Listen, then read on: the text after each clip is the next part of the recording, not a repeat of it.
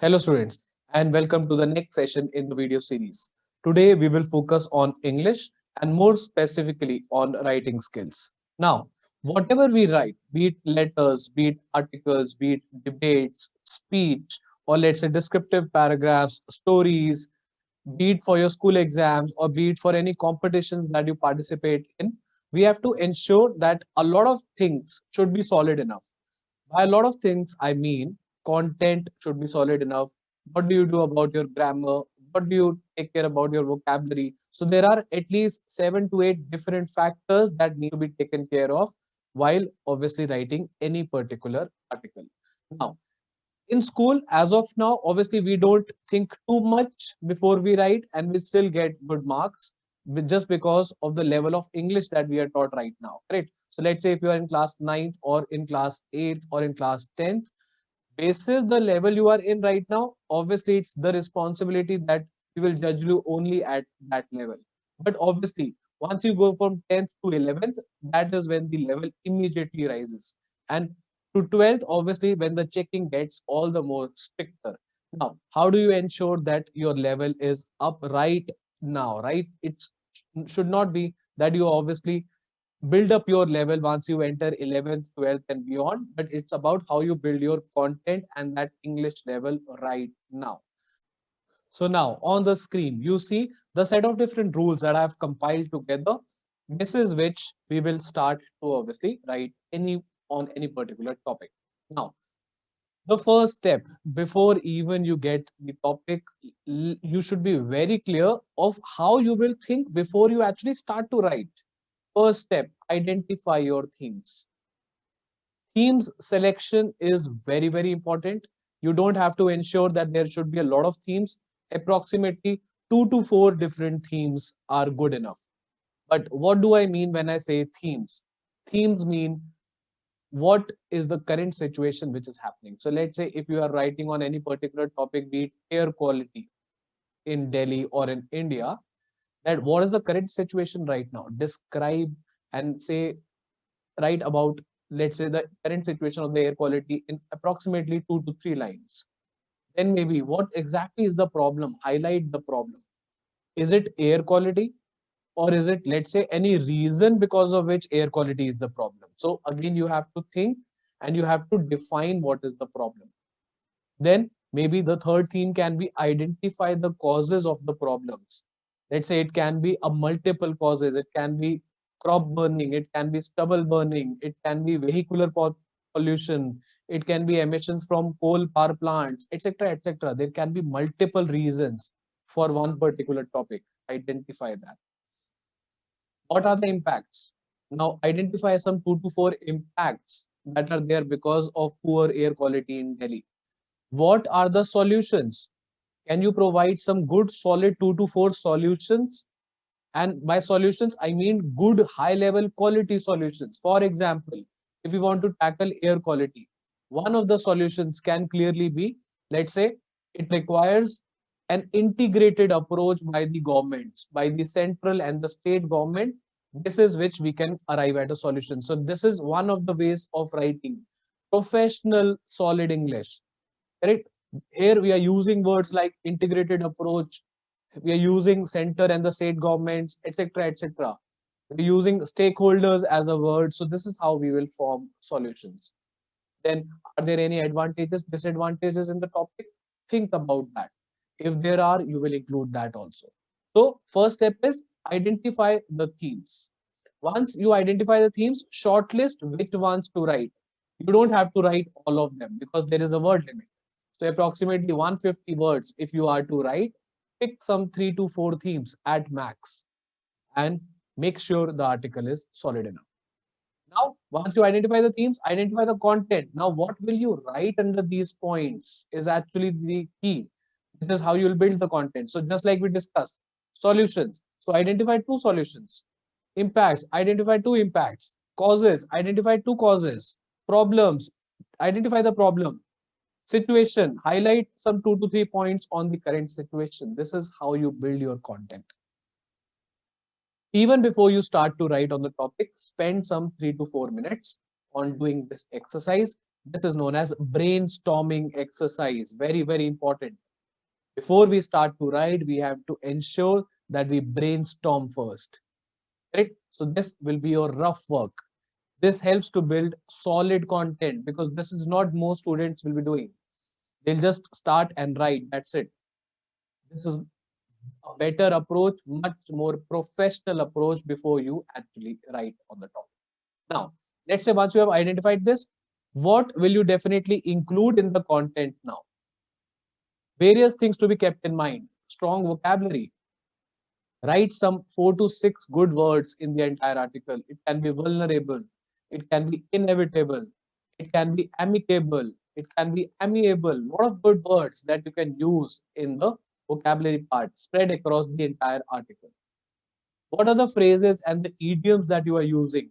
Because you are judged on this also. So are you using good phrases, English phrases, good English idioms? Make sure to include that. Are you providing enough data points and statistics?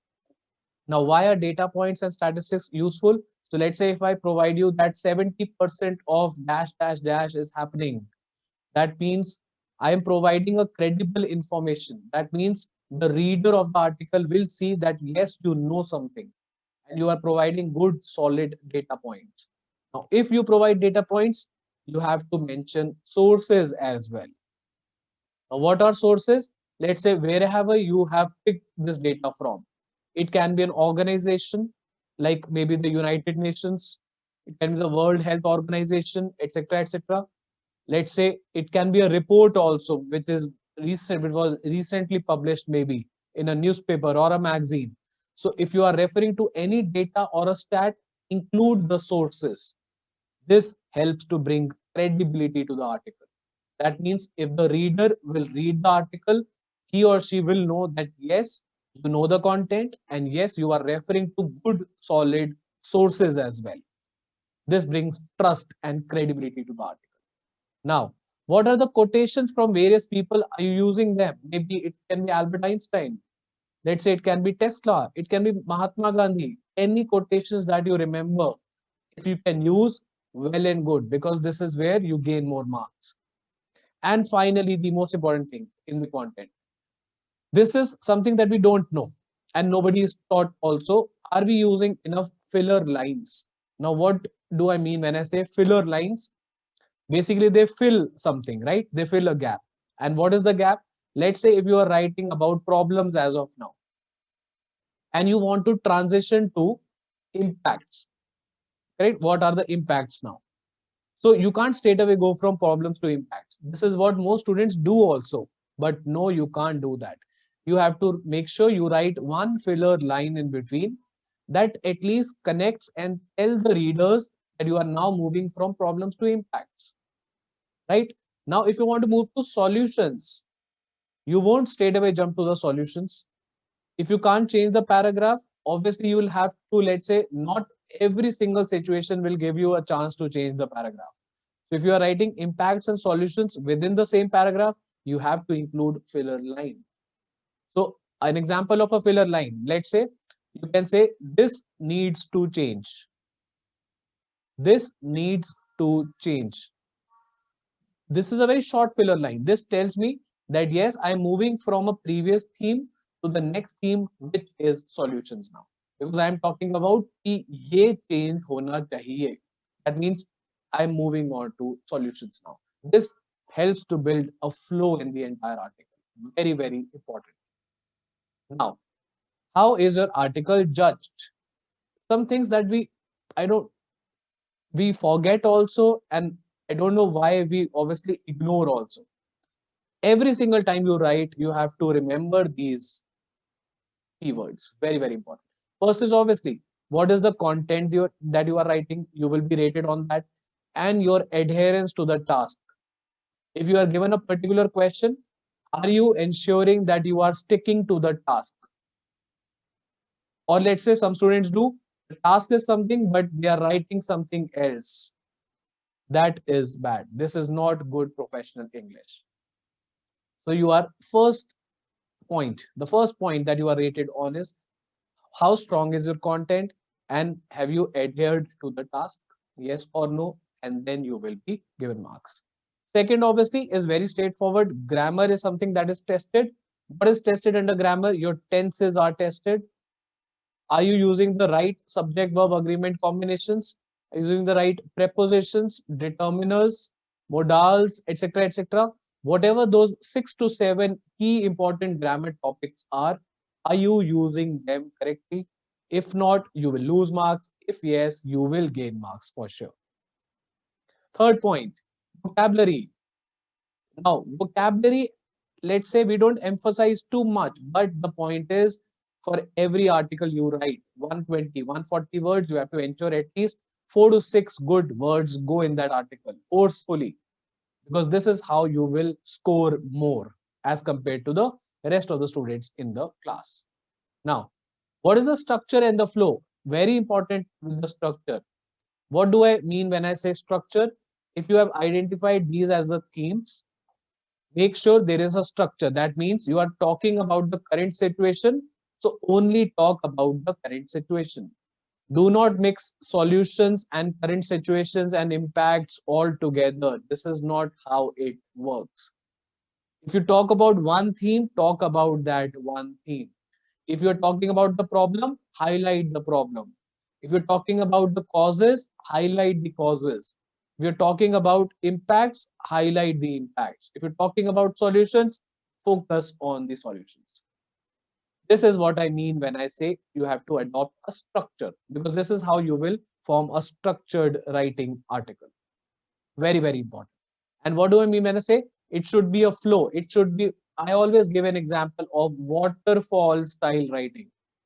So think, how does waterfall flows? From the top, it goes down, and next again same. If you have mentioned the problem, flow down to the impacts, flow down to the solutions, and then end the article. This is how you form the structure and the flow. That should be smooth. The reader should think that yes, your mind is structured, and this is how you will write better. Fifth, very important point, coherence and cohesion. What is coherence? Coherence is a very important English word. That means interconnectedness between two things. Now, again, if I say filler lines helps you to achieve coherence. Let's say if you are writing one theme, how are you connecting the two different themes together? How are you connecting the third theme with the second theme? This is coherence and cohesion, which is very, very important. If you don't adopt the philosophy of coherence and structure together, that's a very random article. That's not structured at all. It's purely unstructured article. Still, we get marks just because obviously marks are given. But the point is, writing has to be very structured, right? And finally, what are the good start and end lines that you are following?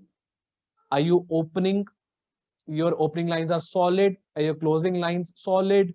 We have to ensure that the reader, correct, whenever he or she reads the article, they should think, okay, the first line is very impactful, the last line is very impactful, because that is how you will make an impression immediately with the opening and the closing lines. So these are different things, different areas on where you are tested. So just like in each of our classes in the, let's say, sessions, while we do online and offline in the institute also, at the institute also, we focus on all of these things together every time we write. And you have to ensure that this happens every time. Whatever good sources that we follow, the Hindu newspaper, or let's say the Indian Express, or let's say the Time magazine, or let's say the British Broadcasting Corporation, these, everything is picked up from there, correct? So these are all good things that we pick up from the Hindu or the Indian Express. And this is how good editors also write. If they are editors of the Hindu, if they are editors of the Indian Express, if they are editors of BBC, that means they know some English, right? And we have to adopt the same approach so that we become better with our English and more structured and obviously more impactful, right? So basically, once I summarize, now I summarize this entire session. We have to be very, very precise with what we write in the, let's say, amount of words that we are given. So if we are given 150 words, we can't waste one word. We take it very loosely, and I see in a lot of students using repetitive content, same lines again and again, same content again and again. No, you are given 150 words, utilize those 150 words to the best possible extent. And this is how only you will score better, and obviously you will prepare better for the longer run as well. Now, where are these things more useful in life? Let's say tomorrow you appear for a college interview. Tomorrow you appear for a, let's say, English, let's say, job interview. They will make sure that you write some essays, and they will judge you basis the essays that you write. This is where it will count in the longer run. Immediately after college, let's say you go and do your MBA. Let's say you appear for IIMs. You have to write better because they will judge you on the basis of your written essays. So that is how important writing is later on in your lives. So we'll stop here. That's it. So today's aim was to just more brief you on how do we think before we actually start to write. In the next session, we'll discuss one particular topic. So I'll pick up a topic and see how we will approach that topic. We break down into different themes and we put together the different content. So till then, see you in the next class, and thank you very much for watching.